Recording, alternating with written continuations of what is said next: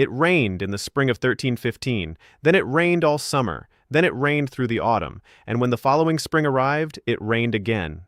That's it. That's how humanity broke, not through war, not through plague, not through any enemy you could name or fight or run from. Just rain. Endless, cold, relentless rain falling on a continent that had no margin left, and no idea what was coming next.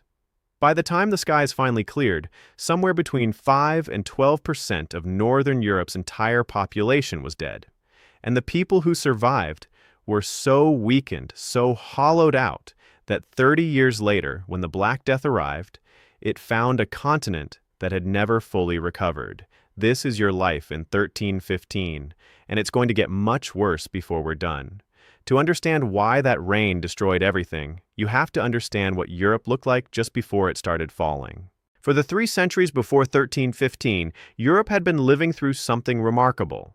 Historians call it the medieval warm period, a stretch of unusually mild, stable climate from roughly the 10th through the 13th centuries that made farming not just possible, but genuinely productive. Crops grew. Populations grew with them. By the early 14th century, Northern Europe was home to an estimated 30 million people spread across roughly 400,000 square miles. From Ireland in the west to Poland in the east, from Scandinavia in the north down to the Alps. That sounds fine.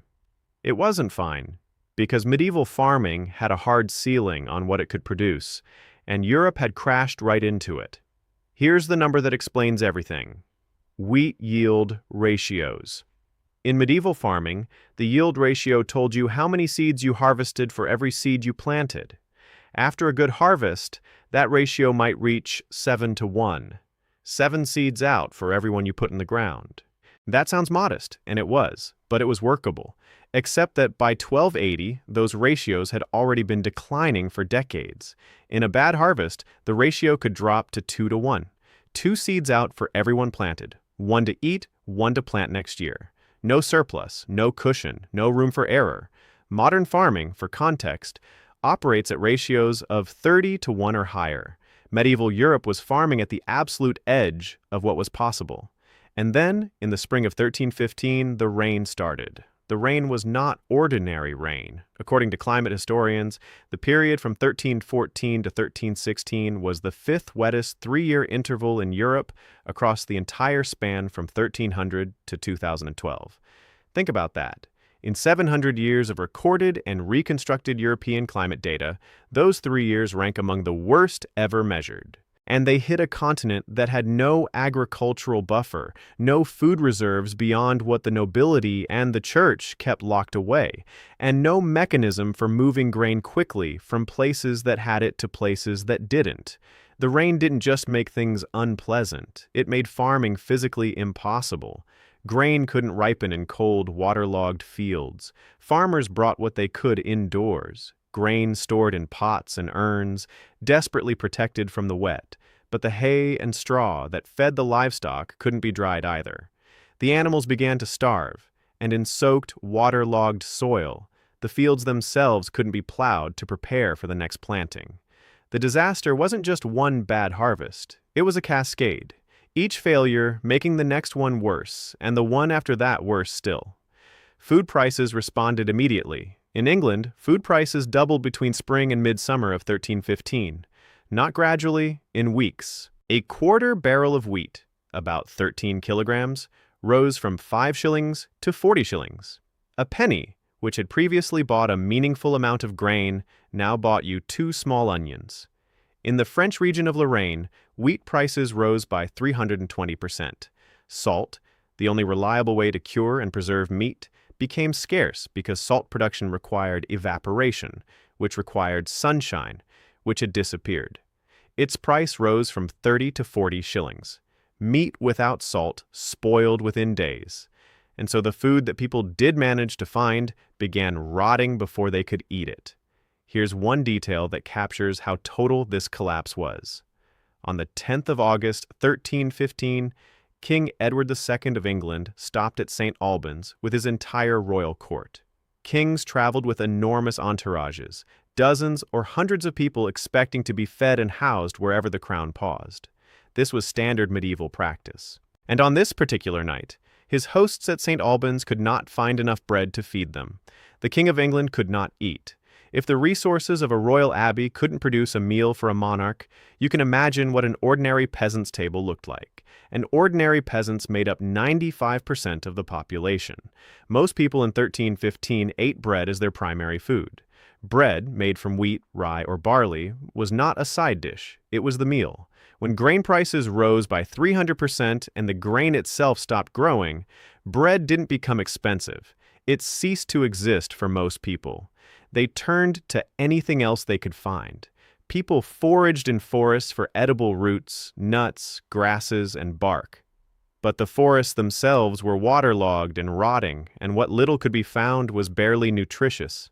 People ate dogs, they ate horses, which were their farming equipment, their most valuable assets, sacrificed out of desperation. The oat crop, which was slightly more rain-tolerant than wheat, survived better than most, but oats had previously been used as cattle feed. Now people ate the cattle feed and left the cattle to starve. And then the cattle got sick anyway. Between 1319 and 1321, a disease swept through the livestock herds of northern Europe. Historians call it the Great Bovine Pestilence, likely a form of rinderpest. According to research published in the Economic History Review by Dr. Philip Slavin in 2012, approximately 62% of all cattle in England and Wales died between 1319 and 1320. In the worst affected areas, the death rate reached 100%.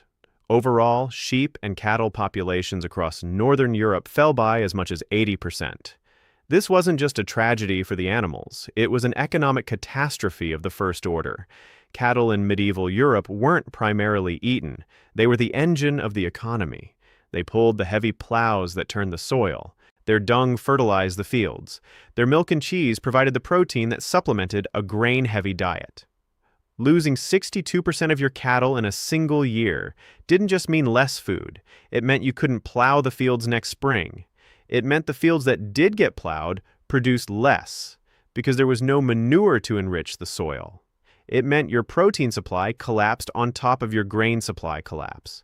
According to Dr. Slavin's research, dairy production in England dropped to just 50% of normal immediately after the pestilence, and didn't recover to 80% of pre-famine levels until the mid-1330s. The people who survived this were not well. They were malnourished, immune compromised, and living in communities that had been stripped of their resources, their animals, and their neighbors. Some historians have raised the question directly. Did the protein shortage caused by the Great Bovine Pestilence weaken the immune systems of the European population so profoundly that it contributed to the catastrophic death toll of the Black Death 30 years later? The Black Death would kill between 30 and 50% of Europe's population when it arrived in 1347. It found a continent that had spent 3 decades trying to recover from something that had already nearly broken it. But we're getting ahead of ourselves. Back in 1315, the immediate question wasn't long-term immunity. It was survival. When food disappears, societies don't hold together. They fracture. Medieval European society was built on a strict hierarchy. The church at the top spiritually, the nobility at the top materially, and the peasants everywhere else. That hierarchy assumed a baseline of functioning agriculture. It assumed the peasants could produce enough food to pay their rents, their tithes, their labor obligations. When the food disappeared, the obligations didn't go away. Landlords still demanded rent, the church still demanded tithes, and the peasants had nothing to pay them with. Crime rose sharply. Law-abiding people stole food. Merchants hoarded grain and drove prices beyond what any laborer could afford. The wealthy had reserves. The church, the nobility, and rich merchants maintained granaries that the poor could not access. Stores of emergency grain were, according to contemporary records, limited specifically to royalty, lords, wealthy merchants, and the church. The people who needed food the most had the least access to it.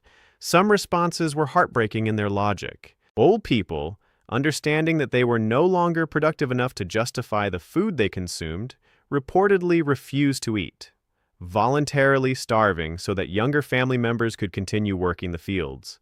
Draft animals that represented years of investment and the family's ability to farm were slaughtered and eaten, knowing that next season's planting would be nearly impossible without them. Seed grain, the grain set aside specifically to plant next year's crop, was eaten by starving families, making the following year's harvest even worse before it began. And children were abandoned.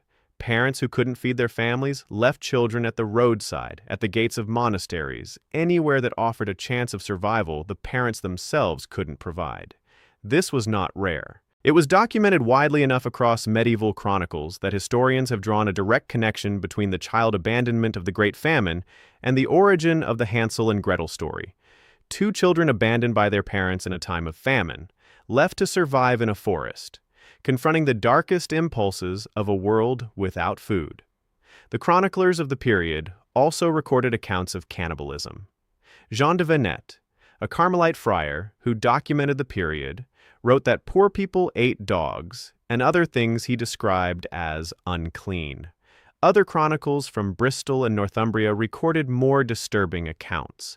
Historians are careful to note that the most extreme reports of people eating the flesh of the recently dead are difficult to verify and may reflect the psychological terror of the period more than documented events. But the fact that contemporary writers recorded them at all tells you the state of mind of a population watching its world collapse. The Archbishop of Canterbury sold holy relics to pay for food. A penny bought 2 small onions. The King of England went to bed hungry. By the time the rains eased and the harvests began to partially recover in 1317, Northern Europe had been transformed. According to historical records of the English royal family studied by medieval historians, average life expectancy in England dropped from 35.28 years in 1276 to 29.84 years during the Great Famine period of 1301 to 1325. Somewhere between 5 and 12% of Northern Europe's population had died, millions of people across that 400,000 square mile stretch of continent. Some estimates for urban populations run higher. The city of Ypres, in what is now Belgium, reportedly buried 2,694 people in a 6-month period in 1316, in a city whose total population was in the tens of thousands. Recovery was slow and incomplete. The weather improved, the harvests returned partially, but the cattle were gone. The seed stocks were depleted. The people were weakened. Europe did not fully stabilize its food supply until around 1322, 7 years after the rain began. And in some regions, according to historians, the population never recovered to its pre-famine levels until the 19th century. Parts of rural France today are still less densely populated than they were in the early 14th century. Here's the thing that the history books often skip over. The Great Famine of 1315 didn't happen in isolation. It happened to a civilization that had spent 3 centuries growing, expanding, and confidently filling up every available acre of farmable land. It happened at the precise moment when population was at its historical peak and food margins were at their thinnest. And it happened immediately before a century that would also bring the Black Death, the 100 Years' War between England and France, repeated outbreaks of plague, and the complete collapse of the feudal system as Europeans had known it. The reign that started in 1315 didn't just kill people. It started a chain of events that unmade medieval Europe entirely and remade it into something new, something more skeptical of institutions, more aware of how quickly the ground could disappear beneath you, and more accustomed to living on the edge of catastrophe. The world that came out the other side of the 14th century looked completely different from the world that entered it, and the reign was the first domino. If you want to follow that chain of events forward, to understand how the Black Death then arrived into this already broken Europe and finished what the famine started, that video is linked right here. The 2 disasters were not separate. They were a sequence, and the second one makes a lot more sense once you understand the first. Subscribe if this kind of history, the kind that explains how civilizations actually break, is something you want every week. And leave a comment below with the one detail from this video that you'll still be thinking about tomorrow. For me, it's the two onions. It'll always be the two onions.